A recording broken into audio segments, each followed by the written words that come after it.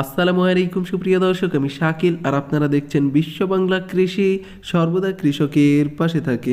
সুপ্রিয় দর্শক, অন্যান্য মাসের ন্যায় মার্চ মাসে কি কি ধরনের সবজি চাষ করতে হবে সে সম্পর্কেই আজকের এই ভিডিও। আপনি যদি আজকের এই ভিডিওটি শেষ পর্যন্ত দেখেন তাহলে মার্চ মাসে কি কি ধরনের সবজি চাষ করতে হবে সে সম্পর্কে বিস্তারিত জানতে পারবেন।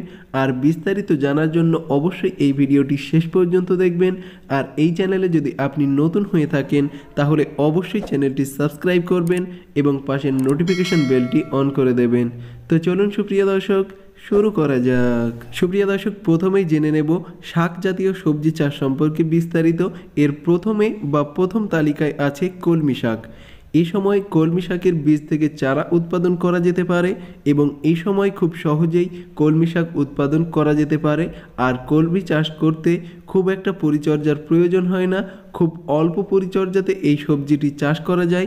এটা শাক জাতীয় একটি সবজি এবং এখানে যে প্লাস্টিক ব্যাগে আছে এটা প্লাস্টিক ব্যাগে খুবই ভালো হয় এই সময়। এবং দ্বিতীয় যে শাক জাতীয় সবজি চাষ করা যাবে সেটা হচ্ছে ধনিয়া পাতা। সুপ্রিয় দর্শক, এ সময় যদি ধনিয়ার বীজ থেকে চারা উৎপাদন করা যায় তাহলে এর জার্মিনেশন রেটটা খুবই ভালো পাওয়া যাবে এবং এই সময় খুব সহজেই টবে বা বাড়ির আনাচে কানাচে ধনেপাতা চাষ করা যাবে।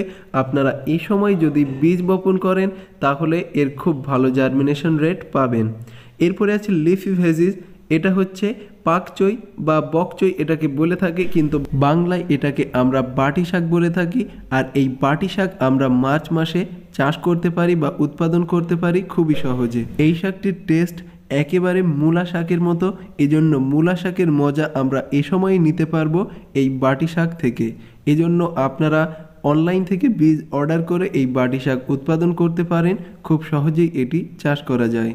সুপ্রিয় দর্শক, এবার দেখে নেব অন্যান্য সবজি চাষ সম্পর্কে। এর প্রথমে আছে ঝিঙে। আমরা এই সময় ঝিঙের বীজ বপন করতে পারি বা আমরা যদি চারা উৎপাদন করে থাকি তাহলে সেই চারা আমরা এ সময় রোপণ করতে পারি এবং এই সময় যদি ঝিঙের চাষ করা যায় তাহলে খুব ভালো ফলন পাওয়া যাবে। আর এটা টবেও চাষ করা সম্ভব। আপনারা চাইলে বাড়ির আনাচে কানাচে বা মাঠে খুব সহজেই ঝিঙে চাষ করতে পারবেন। এর সাথে আপনারা ধুন্দল চাষ করতে পারবেন বা অন্যান্য এ ধরনের লতা জাতীয় সবজি চাষ করা যাবে যেগুলি গরমে উৎপাদন করা হয়। এরপরে আছে উচ্ছে বা করলা। এই সময় উচ্ছে বা করলার বীজ বপন করতে হবে, খুব সহজেই এটি চাষ করা যায়। প্রায় 12 মাস এই সবজিটি চাষ করা যায়, কিন্তু এটার ডিমান্ড খুব বেশি হয় এই সময়, অর্থাৎ এখন বীজ বপন করলে এটা যখন উঠবে তখন। এরপরে যে সবজি আছে সেটা হচ্ছে ঢ্যাঁড়স বা ভেন্ডি। এই সময় ভেন্ডি বা ঢ্যাঁড়সের বীজ বপন করা যায় খুব সহজে এবং কম পরিচর্যাতে এটি উৎপাদন করা সম্ভব।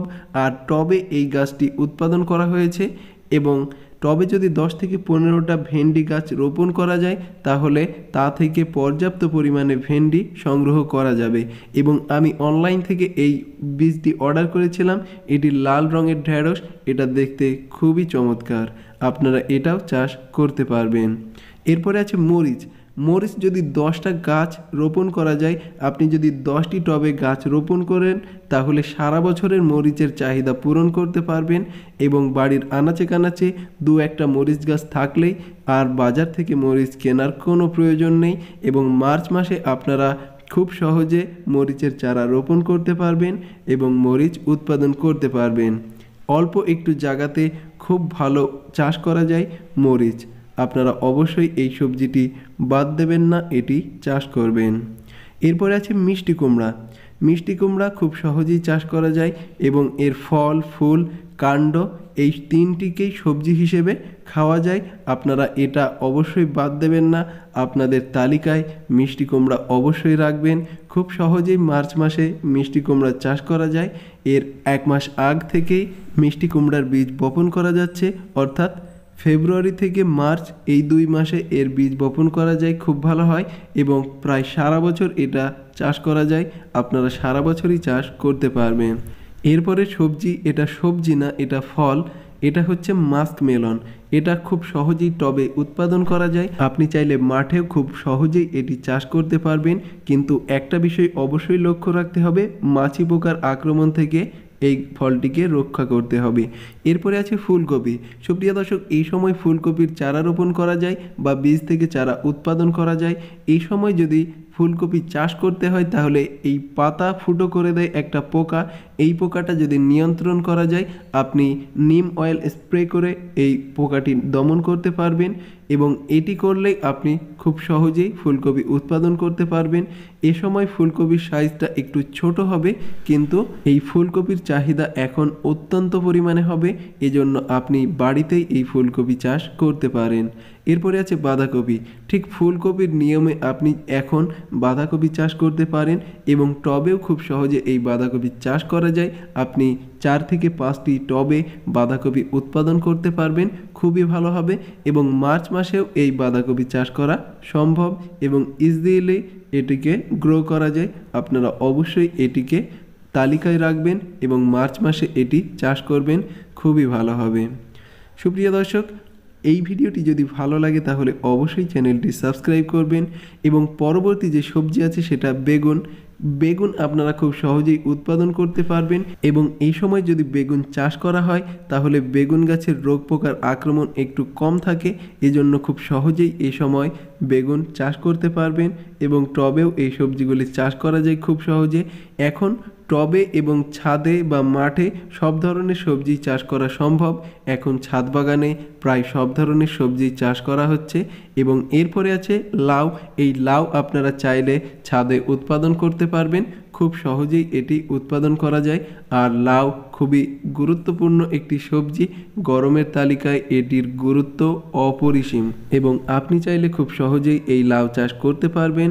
আপনারা লাউ চাষ শুরু করে দিন, কালকেই লাউয়ের বীজ বপন করে দিন, খুবই ভালো হবে।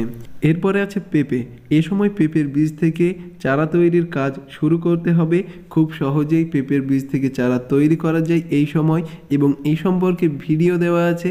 আপনি যদি দেখতে চান তাহলে আই বাটনে ক্লিক করুন, সেখান থেকে আপনারা ভিডিওটি দেখে নিতে পারবেন এবং খুব সহজেই পেঁপের বীজ থেকে চারা উৎপাদন করতে পারবেন এবং পেঁপে চাষ সম্পর্কে অনেক ভিডিও দেওয়া আছে, আপনি চাইলে চ্যানেলটি ভিজিট করে ভিডিওগুলি দেখে নিতে পারেন।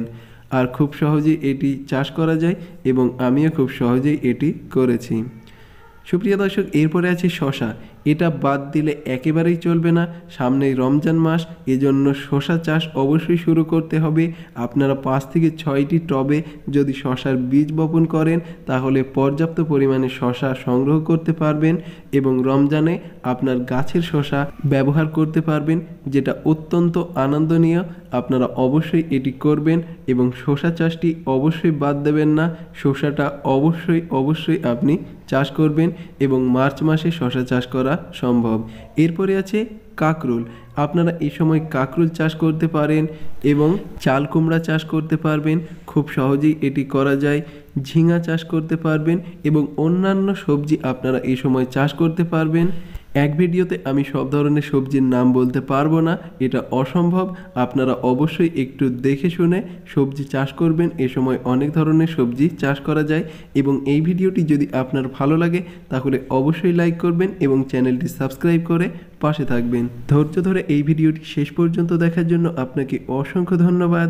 থ্যাঙ্কস ফর ওয়াচিং বিশ্ব বাংলা কৃষি।